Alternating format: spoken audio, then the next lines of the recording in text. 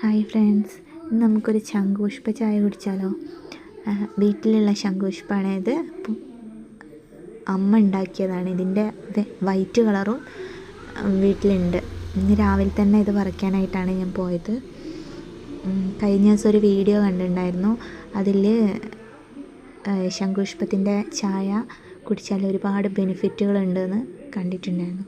മെയിനായിട്ട് സ്കിന്ന് ബ്രൈറ്റനാവും, തലവേദനയ്ക്ക്, പിന്നെ ഡിപ്രഷന്, ഓർമ്മക്കുറവിന്, മുഖസൗന്ദര്യത്തിന്. പിന്നെ ശംഖുപുഷ്പം പറിച്ചിട്ട് നന്നായിട്ട് കഴുകിയെടുക്കുക. എന്നിട്ട് ഒരു പാത്രത്തിലിട്ടിട്ട് അതിലേക്ക് ചൂടുവെള്ളം ഒഴിച്ച് 10-15 മിനിറ്റ് മൂടി വെക്കണം. 10-15 മിനിറ്റിന് ശേഷം നമ്മളെ വെള്ളം നല്ല ബ്ലൂ കളറുള്ള വെള്ളമാണ്.